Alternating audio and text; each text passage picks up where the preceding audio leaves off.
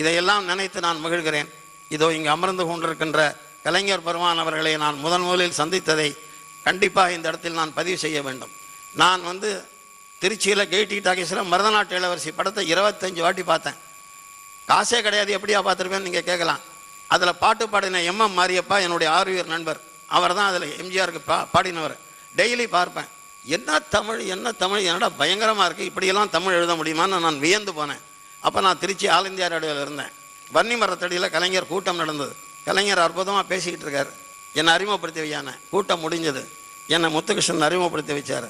ரேடியோவில் இருக்கார், இது மாதிரி ஸ்ரீராமத்துக்காரர் உங்கள் ரசிகர் மருதநாட்டு இளவரசி அப்படியான கலைஞர் தோளில் தட்டினார். அன்றைக்கி அவர் தோளை தொட்டார். நான் இங்கேயோ உயர்ந்துட்டேன். ஏன்னா தாங்க இதையெல்லாம் நினைத்து நான் மகிழ்கிறேன். இதோ இங்கு அமர்ந்து கொண்டிருக்கின்ற கலைஞர் பெருமான் அவர்களை நான் முதலில் சந்தித்ததை கண்டிப்பாக இந்த இடத்தில் நான் பதிவு செய்ய வேண்டும். நான் திருச்சியில் கேடி டாக்கீஸில் மருதநாட்டு இளவரசி படத்தை 25 வாட்டி பார்த்தேன். காசே கிடையாது, எப்படியா பார்த்துருப்பேன்னு நீங்கள் கேட்கலாம். அதில் பாட்டு பாடின எம்எம் மாரியப்பா என்னுடைய ஆர்வியர் நண்பர், அவர் தான் அதில் எம்ஜிஆருக்கு பாடினவர். டெய்லி பார்ப்பேன்.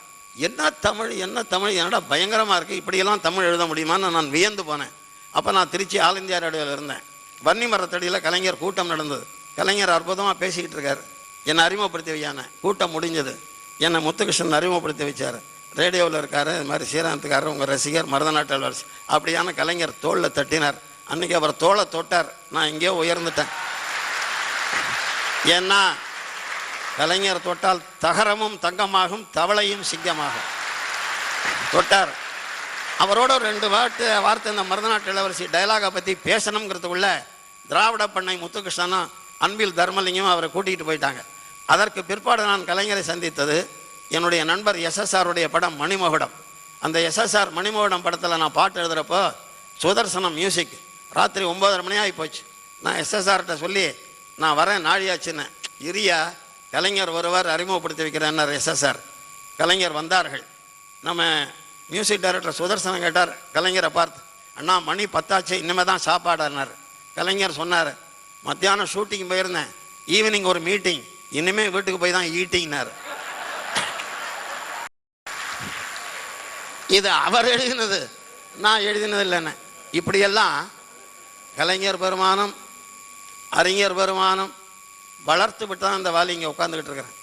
சத்தியமாக உள்ளத்திலிருந்து ஒரு உண்மையை சொல்லுகிறேன், என்னை வளர்த்து விட்டது திராவிட முன்னேற்ற கழகம்.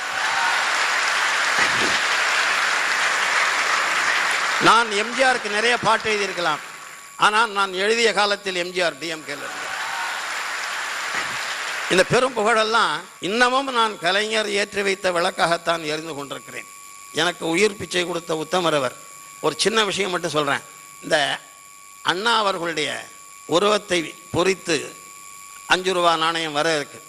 நான் நினச்சேன், என்னடா அந்த காந்தியினுடைய உருவத்தை அச்சிட்டு 500 ரூபா நோட்டு அதெல்லாம் இருக்க, ஏன் அண்ணாவுடைய உருவத்தை அச்சிட்டு ரூபா நோட்டில் வரக்கூடாது, இதை 5 ரூபா நாணயத்தில் வருது அப்படின்னு. ஆனால் கலைஞர் மிகப்பெரிய எந்த காரியம் செய்தாலும் அதன் பின்னால் மிகப்பெரிய சிந்தனையும் தெளிவும் உள்ளவர் கலைஞர். அண்ணாவின் பால் அவருக்குள்ள மரியாதை, அண்ணாவின் பண்புகளை பக்கத்தில் இருந்து அறிந்த காரணத்தால் அண்ணா வாழும் நாள் வரை நாணயத்தோடு வாழ்ந்தார். ஆகவே அவரை நாணயத்தில் தான் வைக்க வேண்டும் என்று அண்ணா உருவத்தை நாணயத்திலே பொறித்தவர் கலைஞர்.